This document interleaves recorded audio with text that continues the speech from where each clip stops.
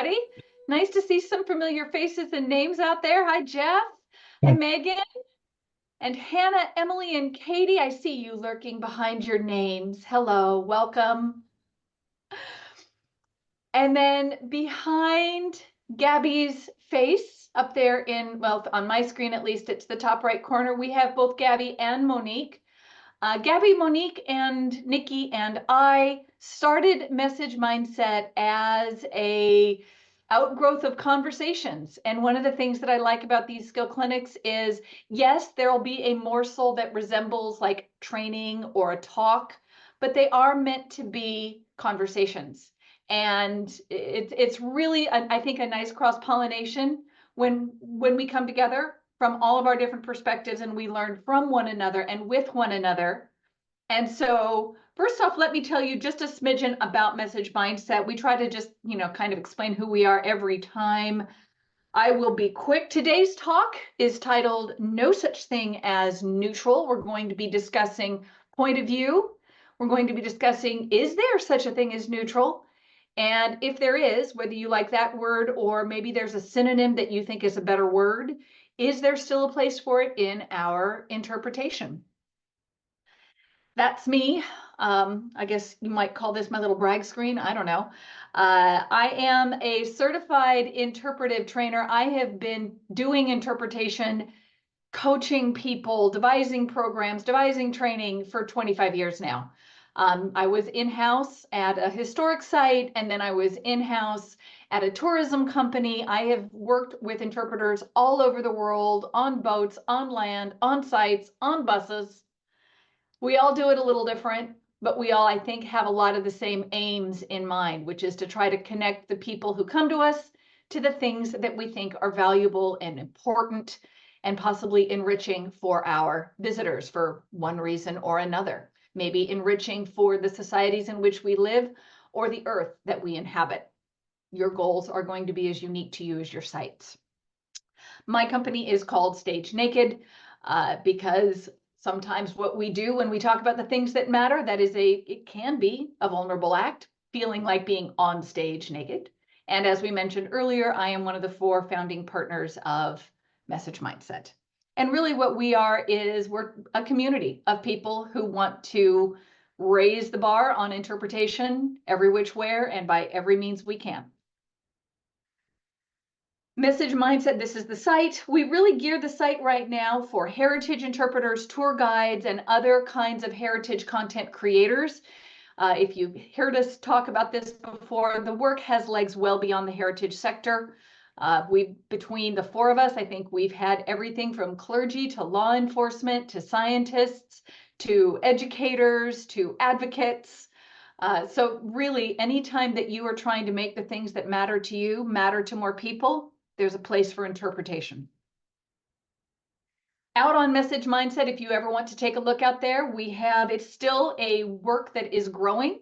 We have ways that you can earn your certificate in interpretive guiding or certificate in interpretive hosting, since we all teach those courses. It is also a place where we are beginning to let you know about other things that we have coming up, or to throw a spotlight on things that we know that are out in the world that might be interesting to you. You have possibly all gotten our newsletter. We have a blog. At some point, check us out.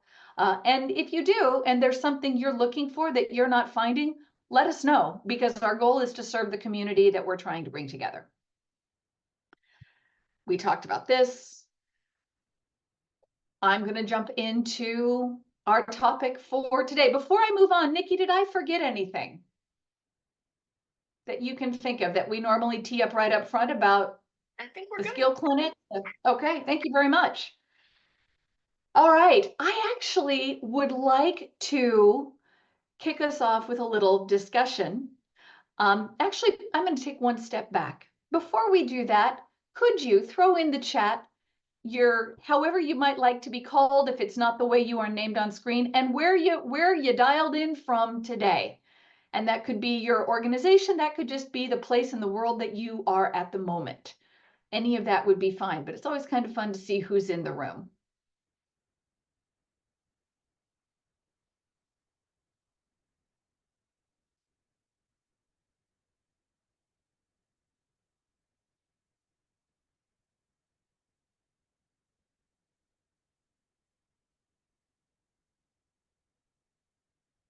Iowa and Virginia.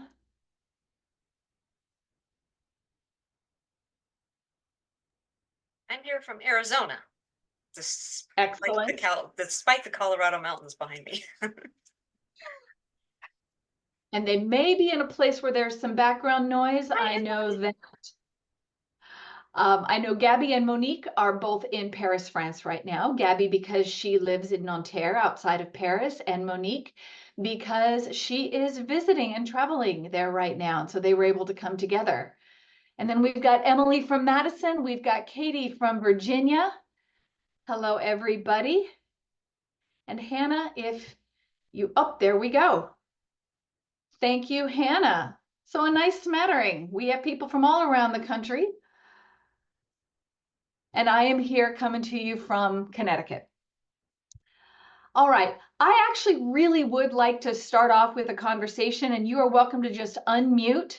But I started this this skill clinic back in the blog, back in the newsletter, suggesting that we as interpreters are not neutral. And there are some people who very much disagree with that standpoint. They think our job as interpreters is to be neutral when we are presenting our subjects. So I would love to hear from anybody that wanted to either speak up or pop your thoughts in the chat. Maybe you like the idea of neutrality, but you think it's the wrong word. You think it should be a synonym. I've got some that I think work a little better. But before I do a lot of talking, what do you think? Maybe we just start with a quick show of hands or show of digital hands. How many of you think our job as interpreters in some way is to maintain some neutrality?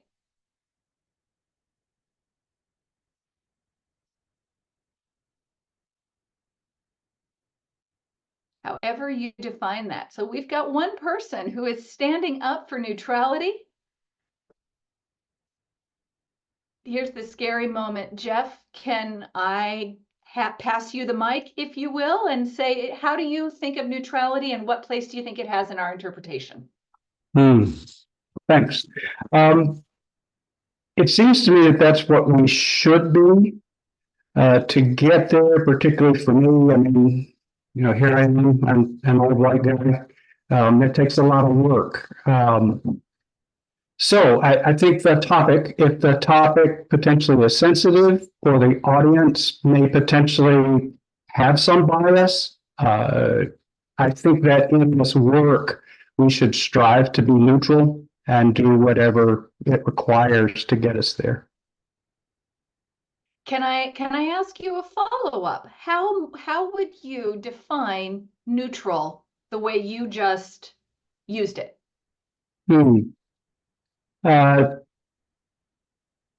I think for the topic, neutral would be not taking sides on the topic or what it is we're trying to connect to. Relative to our audience, neutral would be if we perceive a particular stance of audience members, we try to make our stance as neutral as possible. Okay. So what I'm hearing, if I was to reflect that back, you are not, in this sense of neutral, the responsibility of the interpreter would be not to advocate for a particular side or viewpoint, to treat viewpoints fairly, not to cast our personal feelings into the mix. Am I capturing kind of what you said there, or did I just put some words in your mouth? Nope, as usual, make it sound a lot better than my bumbling along. Oh, no. Well, thank you. And thank you for being the first person to speak up and do a little back and forth with me. I see we have something from Emily in the chat, who is in a shared workspace. Doesn't think there's a way to be truly neutral. We can share things from multiple points of view and perspectives, but doesn't think it's possible to completely eliminate our bias or our point of view. Thank you, Emily. The way that you are using, if I could ask you the same follow-up I asked Jeff, how would you define neutral, the way you just used it?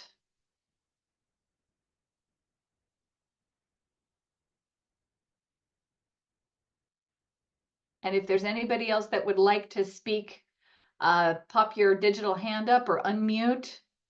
Okay, that's totally fair, Emily. When you do think about it, I would love to see your take on it.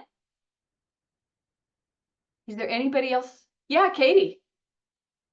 I feel like it's hard to be completely neutral because even when you strive for balance, showing both sides of the story, but you are unable to tell the complete story for everything if you only have 1 hour of a tour. You would not leave that one spot for that one object. I work for the government, so very much, even if I don't bring up that category, if I'm not bringing up that category, am I being biased or am I trying to follow the Hatch Act, which says I can't talk about political stuff? There's just gags of I can't bring it up. I have to make sure my volunteers do not talk about the current election. That's legal restriction from the government. So sometimes it is the fact of I'm not trying to be neutral. I required to stay out of it completely. So it's a fun little tight wire. I feel like you can never fully be balanced on that thin little tight wire to be neutral. Yeah. Can I ask you the same question I've asked Jeff and Emily? Do you have a way that just in the moment right now you would define neutrality? It's so hard. It's so hard. I think I strive for balance of, bringing both sides and making sure that both sides of the story, get their proper, context and understanding so that your visitors, your attendees can make the decision for themselves. Okay, so I heard balance. I heard, oh shoot, there was another word you used that was really good. That I thought was worth plucking out. Darn it, that I was listening to your next words, which were also very good. Letting people make up their own minds, right? We don't want to be misrepresentative in what we are presenting. I think it's also true, and this has sort of come up.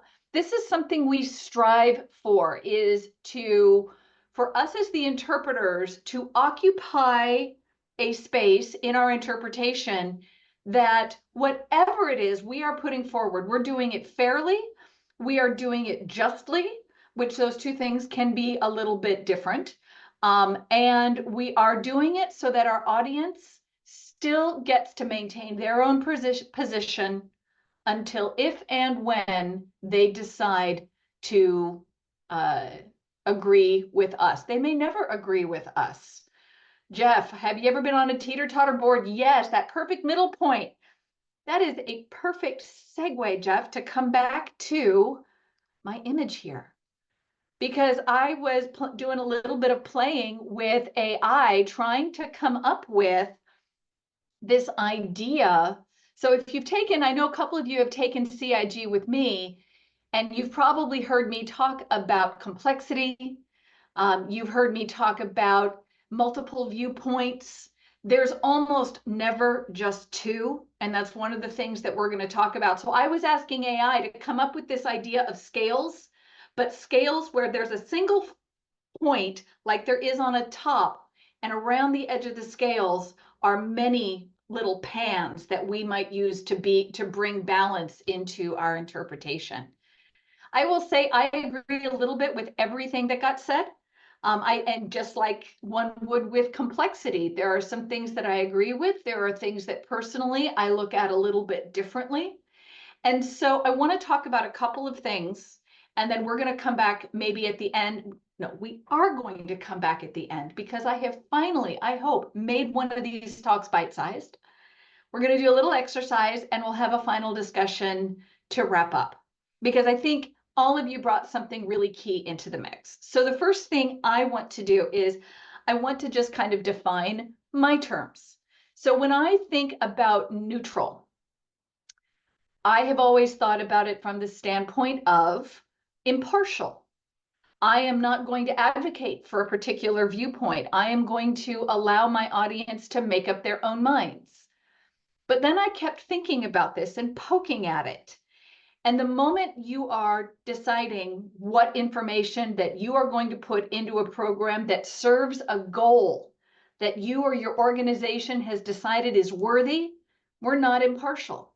We are partial towards whatever supports that goal, even if we are acknowledging other viewpoints, etc. So if neutral means that we're not going to be invested in one side or another, if we're not going to have our strong feelings about one outcome or another, if we're not going to have any partiality, then interpretation does not fit that bill. That said, going back to the idea that Jeff brought up at the very beginning, the way I might reframe it a little bit is we want ourselves to be creating a space where ideas are welcome, where perspectives are welcome. And that means we want to be, the word inclusive is both the right word in my mind and it's starting to get overused. But we want to create this inclusive atmosphere. So in that sense, instead of neutral, I might say we want to be welcoming. We want to be ready to hold space for different ideas. We never want to be making the person feel badly, even if we are going to counter their idea in some way or their perspective in some way. It's not about the person. It's about let's try to understand where one another is coming from with some of these ideas. So interpretation in my mind, because we are goal-oriented, always has partiality. Within that, we try to create inclusive, welcoming space. So there are a lot of things. Some of these came up already. There are a lot of things that mean our programs will never be completely neutral.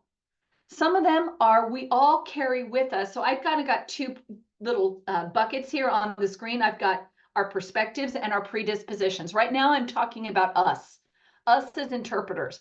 One of the first skills that I'm hoping that maybe you walk away with some new tools for is how do we get ourselves into a really productive frame of mind to have conversations that include multiple points of view, even if those points of view are in tension with one another, right? A really great example of that would be the way people look at our national parks. For many people, they are, to borrow words from Ken Burns and Dayton Duncan, America's great idea. And for the indigenous peoples, they represent the loss of ancestral homelands. Both of those are valid perspectives depending on where you are coming from. A conservationist is going to look at it slightly different from a recreationalist. But they're all valid viewpoints. They are all in tension, right?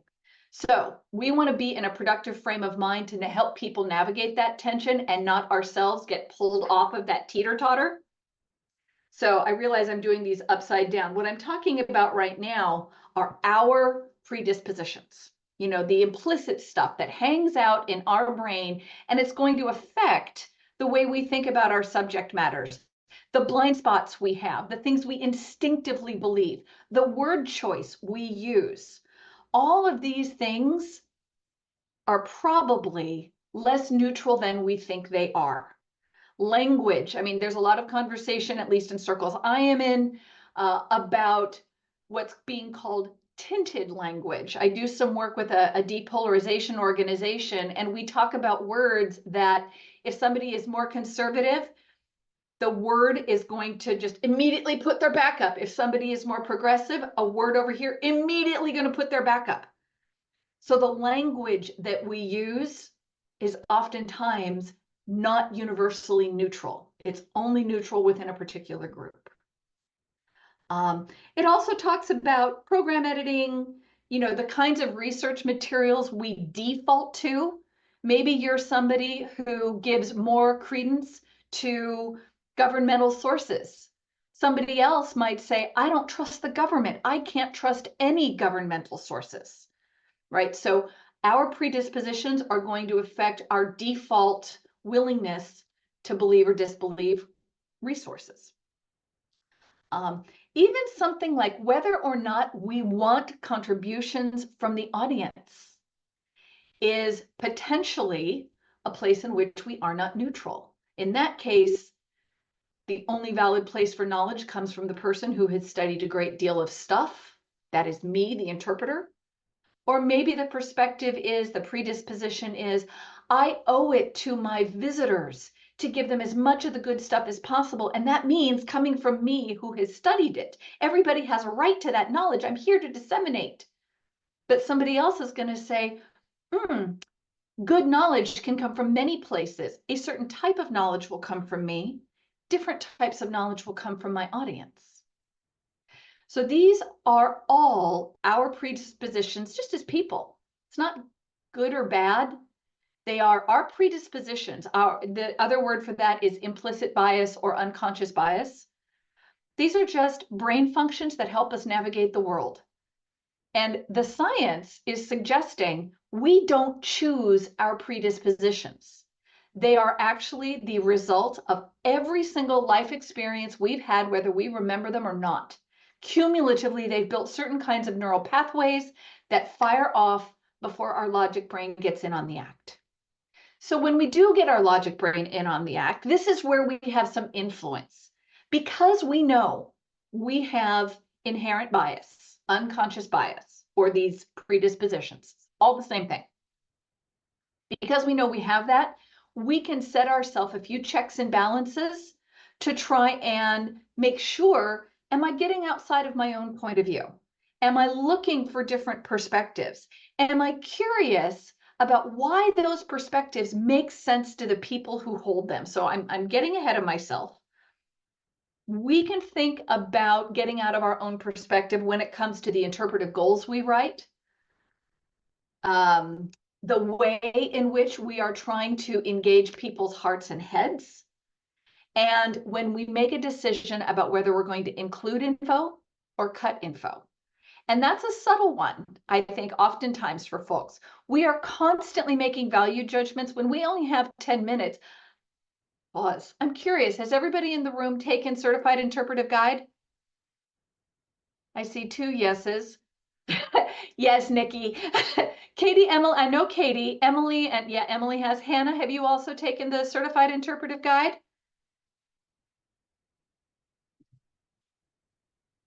It may be in the chat. I may have lost it. Here we go. Yes. Okay, great. When you had to make a 10-minute presentation about whatever the topic was, you had to make decisions about what was the most critical information that was going to achieve your goal. And if you had too much critical information, which is so often the case in 10 minutes, it's like, oh my God, but it's all really good and it's all really important. You still had to make decisions about what you were keeping and what you were removing. Somewhere in your brain, you were making value judgments about that information. And so this is where really trying, as part of your research, as part of your ongoing education about whatever your subject matter is, something I always encourage people to do is go research consciously that other point of view. Go to that website that just makes you mad. Try to put your mad on a shelf. And we're going to talk about how maybe you can do that, some questions that can help. And really try to understand how other people see the world, assuming that they come from a place of goodwill. And that's hard if you feel very strongly about your own point of view. So we're gonna dive just a tiny bit into these 2 things. Come on. All right. But before we get there, here's why I think this is so important. If we are willing to first off admit, and it sounds like this room is pretty on board, that yes, of course we have a point of view that we are supporting, even if the only point of view you're supporting is this is a worthy goal, conserving this watershed, or going into space, or learning about one another's cultures is important. Even if that's where you end with point of view, you still have one. You are not neutral. And when we admit that we are not neutral, and I'm going to tack another and on there, and when we are willing to tell our visitors, this is not a neutral presentation. Here's the point of view. You have the ability at that moment to also say, I'm going to bring in 5 others. We can't, to Katie's point, you can't do everything to total depth, even if you have an hour. You just tell people up front, I'm going to give you the overview of 5 different perspectives here. and try to represent them as honestly as possible. And I'm going to leave you to make up your own mind. We have that ability if we acknowledge that we are not just posing people with facts, but we are actually putting a perspective that is worthy of consideration out there into the world. It's also where we start having conversations with our visitors, but that's probably a different skill clinic. So up on the screen, there's a lot of different ways we can do this, that we can use our point of view to highlight the complexity of issues. We can bring in many viewpoints. You know, I listed 4 different viewpoints just thinking about national parks. If I kept thinking about it, I'm sure I could come up with dozens of viewpoints. And then you just have to kind of cherry pick. Which ones am I going to talk about today? How am I going to acknowledge there are other viewpoints that I didn't have time to represent? Even that is better than just representing a single viewpoint as the best one, you know, if we want people to make up their own minds. Presenting complexity also means you can break a monolith down. So, you know, I started doing that again with the parks example. There's people who look at parks as the loss of ancestral homeland. There are people who looks at parks as nature's greatest idea. Within either one of those, there's going to be different nuances about how people see parks. So you can take one of them and pull it apart into viewpoints within a single monolith.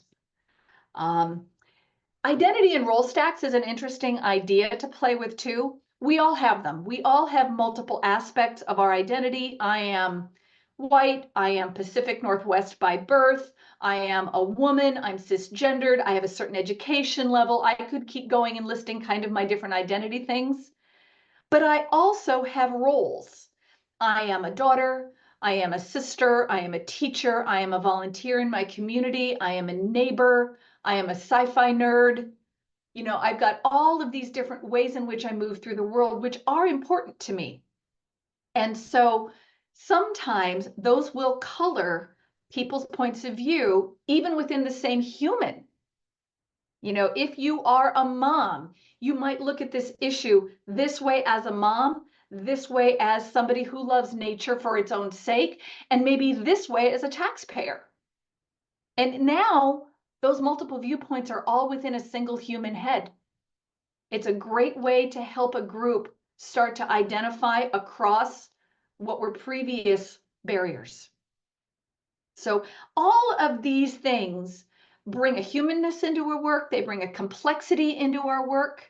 They create opportunities for people to have rich discussion in our work in a way that just fact bombing alone doesn't, or that trying to position a perspective as this is the accepted fact, right? There are going to be accepted facts, but a perspective is a perspective.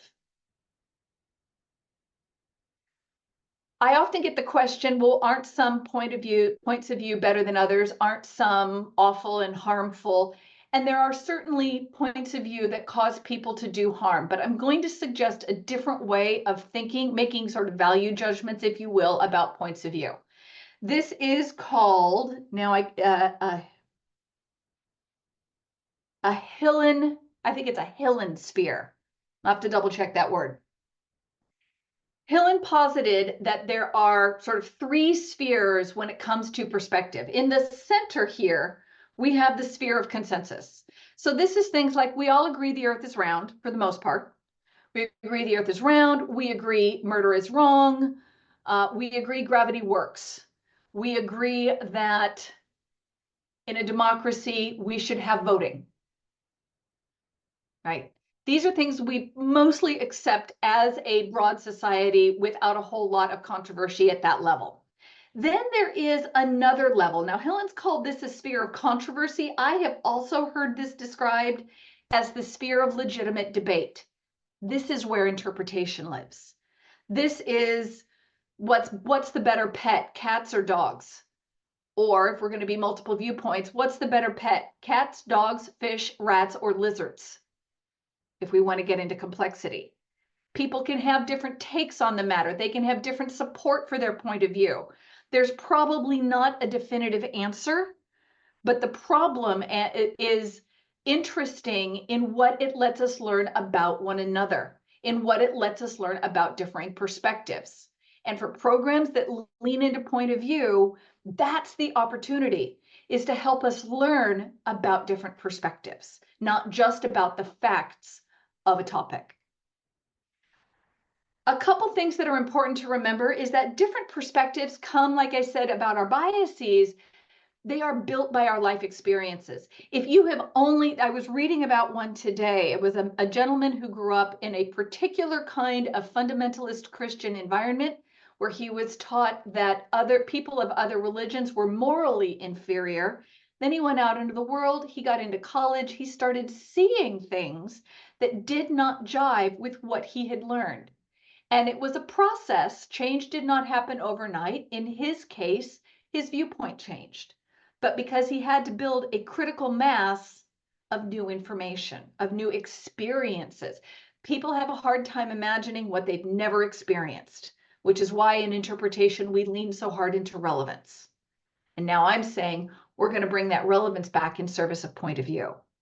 It may be that you use multiple relevance strategies throughout a talk, throughout a single stop on it tour, to help people understand the multiple points of view that are in there, if you want to really give people an experience. And there were just some examples. I kind of talked through this consensus. Oh, the last one, sorry, I didn't talk about this one. This is the sphere of deviance. This is the small, usually fringe group of people who hold a wildly divergent set of beliefs. An example would be, if we assume that they genuinely hold this belief, people who believe the earth is flat. That would be a very divergent or deviant in this example point of view. Not deviant in the sense of you're bad, deviant in that it veers off from the norm, which is why I prefer the word divergent. So rather than thinking of things as good or bad, this is a helpful model to think about the different points of view that you encounter, because it can help us avoid a little bit of that emotional charge when we think our position is good and another position is bad. This does not mean there are not harmful points of view. This does not mean all points of view have equal moral high ground, have equal scientific support. This is just a way of categorizing points of view so that you as a researcher and you as an interpreter can sort of keep your own self nice and centered and say, okay, this is a view that's very divergent from the norm. What would a person need to have experienced for this point of view to make sense to them? And from there, you might be able to stay in a place of curiosity as opposed to a place of annoyance or anger. All right, so we're coming up on the end of this thing. So I'm going to kind of go quickly through these things because I would really rather have that last discussion. Point of view and you as an interpreter. So when you are really trying to work with point of view, the best place to start is with yourself.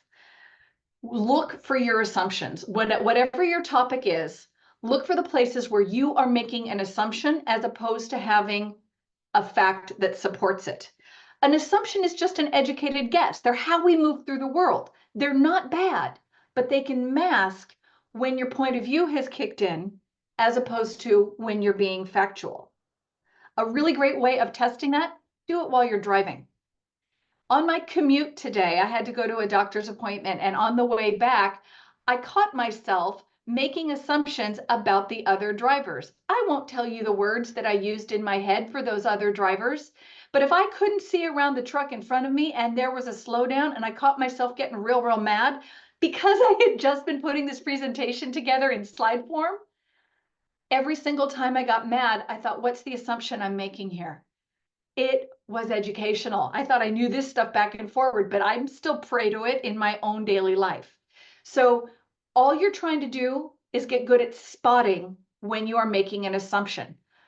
What I found, every time I spotted the assumption and I called it out for what it was, my temperature came down. I stopped being mad, shouting at drivers, even inside my head. Useful if you're going to have conversations with visitors who might believe things very differently than you do. They don't believe your wetland should be preserved because it stinks. It's a swamp. Or there's snakes and they're afraid of snakes, right? So we want to keep our temperatures down. You can practice holding viewpoints in tension, and that's the exercise we're going to get to. Basically, could you convincingly make the case for a variety of different viewpoints all around an issue, including the ones that you disagree with? Do you understand what led that person to hold that belief enough that you can represent it in a way they would recognize? I do this all the time with my dad when he and I disagree about many things, but we have good conversations because we're both pretty good at saying, let me get under the hood of this. What have you seen in your life that lends you to that particular belief or perspective? So human beings do not like tension. We want to resolve tension. We want tension to bleed off. That's why we always have at a story, there's that peak moment of crisis, and then we hear that it turned out okay for our hero. We like that to bleed off. We like nice, pat answers. We don't like ambiguity. But for us as interpreters, if we can get comfortable with tension and with ambiguity, we are stronger interpreters. And again, practice discovery, not rebuttal. That just means get curious about the point of view that you do not hold, instead of using that other person's break in conversation as an opportunity to make your own point. It's not always possible to do the rebuttal thing in a the discovery thing for very long in a live program, right? Because you're trying to serve an entire group full of people. But there might be a moment that you can do it. But what I'm really advocating for here is practice it in your life before you get into interpretation. Find somebody willing to talk to you that has different views from yours, and see if instead of communicating your view, you can spend most of that conversation learning about theirs. And I'm going to give you some questions in just a moment. I'm going to skip this. You're going to get a copy of these slides and you can try this on your own. Tell me your problem is a wonderful exercise to practice asking questions instead of delivering rebuttals. Even 2 minutes is really hard if you are one of nature's rebuttalers. I'm not sure that's a word, but I am one. I will rebut. I will counterpoint. I will say, what do you think of this? Instead of saying, what made you think that way? So it's a great exercise. By the way, the reason for the graphic, our intuition is the elephant charging boldly forth through life. Our reason is the teeny tiny little driver trying to steer that elephant. Intuition, emotion, these things are actually much more powerful than our conscious mind. This is why it's helpful to practice these skills before we try to use them in interpretation. And this is another last little thing I'll leave you with here before I move on to the last section. This is called a Schwartz values ranking. If you are struggling to, as several of you said, we strive to treat different viewpoints fairly. If that is a struggle, and it shows up nowhere more strongly right now than in politics. We do, as Katie mentioned, have that election coming up. People got strong feels. Both sides right now talk about the other side as if their values really suck. It's not that they don't share our values. It's according to Schwartz and according to his model, and Nikki has just popped something into the chat.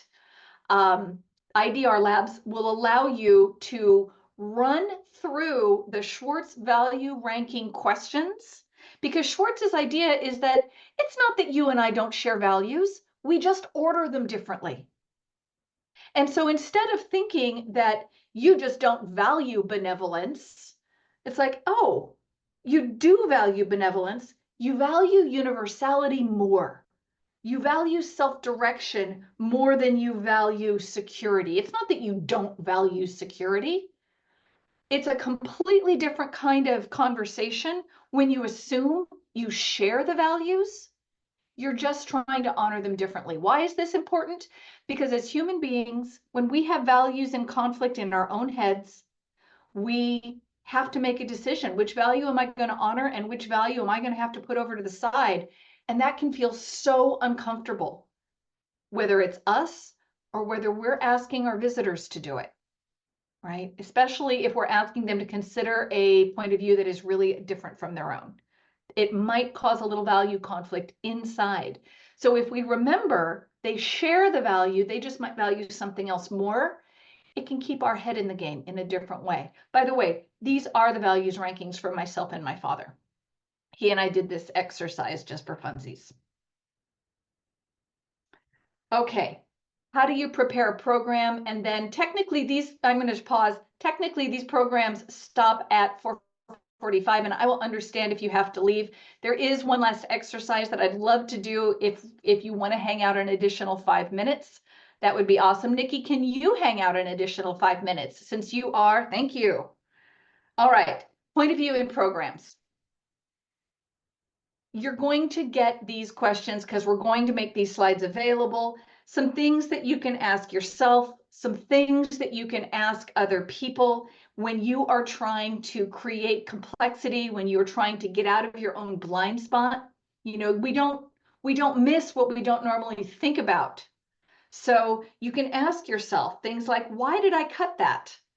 You know, is it the reason that I think it was? You can actually have these little dialogues with yourself. When you are talking to others, I'm just going to cherry pick a couple. By the way, this came from a conversation I had a long time ago, 10 years ago now, with a staffer, I think, 10 years, when the Syrian refugee crisis was going full swing. She wanted to talk about it on tour. So I work for a tour company, and very similar to what Katie said, you know, they have a prohibition about talking about the modern election. My tour company got real uncomfortable if the TDs talked about politics, religion, or really anything controversial. And she wanted to talk about the Syrian refugee crisis. And I said, do it. Let's talk about how you do it well. And what we talked about, because she was going to have the opportunity to do some first-person interviews, try to get at what people hope for, what they worry about, what they've lived through. And then you, when you look at all of it, are there any seeming blind spots that people had when they were looking at the problem? To try and look at each person in each person's complexity. And so these were some of the questions that we talked about. You know, what do your values say is another one. What values for you are kind of brought up by this new law or this attempt to preserve this wetlands, whatever it happens to be. So some questions that you can ask. These are just sort of free gift. This is, I talked earlier about an identity or a role stack. This is just another way of thinking about the people in your audience, and you yourselves are made up of all these different pieces and ways that we look at the world. I right now am spending a lot of time thinking of myself as my father's daughter as he gets older and can't do as many things and has had a couple falls. And that is at odds with me as an entrepreneur. Both of them are demanding that I structure my time and my life in conflicting ways. And I'm having to navigate that because of my different roles. So this is another way, another resource for you as you start doing, let me go back, some of this, some of the what am I missing? This is a great way. Have I thought about it from these different lenses, from these different frameworks? Are there other perspectives that I can think of in this story? I'm going to go back to my wetlands. Do moms and preservationists and taxpayers think about this wetlands very different? And what happens if that's all the same person? Complexity again. Okay, here is the discussion that I wanted to have. And so I'd like to just take a couple of minutes, and I was going to have you all go into a breakout, but maybe we can do this all together. And Katie, I didn't know that you were going to be in the room. Katie does work for the Air and Space version of the Smithsonian, but there's a question that gets talked about. Should we be still exploring space? What's the point? And so there are going to be people both for and against that, but even within the fors and the againsts, there are different viewpoints. And so this may not be a conversation that y'all have on the daily, but we can imagine, we can think about the people we know and things that are important to them and ourselves. Can we come up with 5 different viewpoints whether it is, yes, we should explore space right now, or no, we shouldn't explore space right now. And can we come up with about 5 different ones?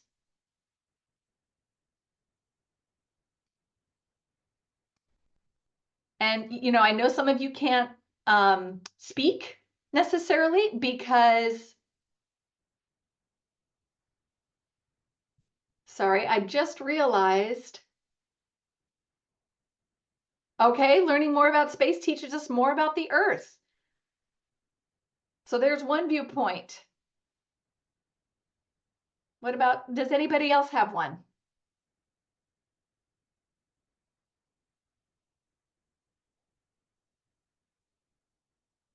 We shouldn't do it because it's expensive. We should do it only if it isn't privatized. It's dangerous, Earth first. We should focus on research on Earth first. So, so the short answer is yes, we can come up with multiple different viewpoints. And even if you started trying to bucket these into for and against, if we were to get under the hood of each of these, probably what you're going to start seeing is overlaps.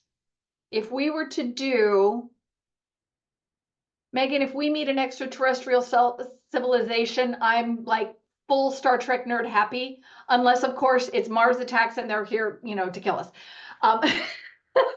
But yes, we're able to explore space with technology that doesn't risk human life. So if we were, thank you all, if we were, come on, if we were to go back to this model and say, okay, for each of the people who hold one of those points of view, can we dig into this? Can we find out what they worry about? Some of those worries are right up front. If it's a worry, let's ask them what they hope for. If somebody is pro-space and clearly there's some hopes there, let's ask them what they worry about. What we're going to start finding are places of overlap. And for your audience, what they start to find, if you do this, if you represent viewpoints in their complexity in this way, is your audience starts to realize they agree with multiple points of view, including some they thought they were at odds with. Because it's like, ooh, I hadn't considered that aspect of it. I hadn't really considered when I was putting this exercise together, the idea that we can explore space with technology that doesn't risk human life. That's huge, you know? And space is expensive and it is dangerous. And all of those things are simultaneously true. So can we build a complete picture by exploring multiple viewpoints? Right? At some point, we have to say, is the risk worth the cost? That's a different conversation.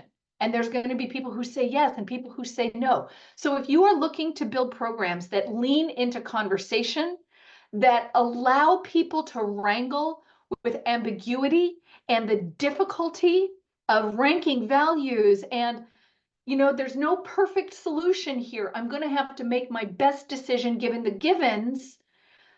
Doing this kind of thing, leaning into point of view, acknowledging that you've got one, your organization has one, and every single member of your audience has one, is a great place to start. And if you can, and all of you, I think, did this well. On the screen, my little example of what not to do is people like dogs because they crave slavish, mindless adoration. That is not representing a dog lover's point of view in the way a dog lover would recognize it. A dog lover might say, people like dogs because they value loyalty in themselves and others. Right? Who doesn't value loyalty? Everybody values loyalty. And quite frankly, who doesn't love to be adored? Maybe not slavishly, maybe for a minute, right? So this is a wonderful technique to help people build empathy with other points of view. There are a couple of other slides. I guess, there's some pro tips here at the end. You're going to get these slides. Let me just quickly say next month, we have another one of these coming up. Gabby will be presenting on emotional intelligence. Her talk is Crafting Connections, Cultivating Qualities that Inspire Genuine Engagement in Heritage Interpretation. Nikki has just popped into the chat the link.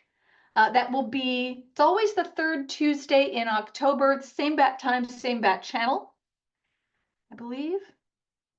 I have a CIG that's actually graduating today. They're doing their presentations, but if anybody has questions, I clearly still tried to fit too much in. You will all empathize, I know, when you have 10 minutes and you go to 10 minutes and 20 seconds. I think today I went to 11 minutes. Do you have any questions, any comments, any concerns about using points of view, multiple points of view in your programs, or some of the skills that you can work on, just your own self when you're out there living life to build the ability to stay centered? Yeah, Jeff. I just want to thank you as usual. I learned a lot from you, and I'm just getting into this interpretation thing. And I have supposed that I needed to stay neutral, to stay balanced on that teeter board all the time. And now I'm hearing, well, I can lean one way or the other, and it's okay.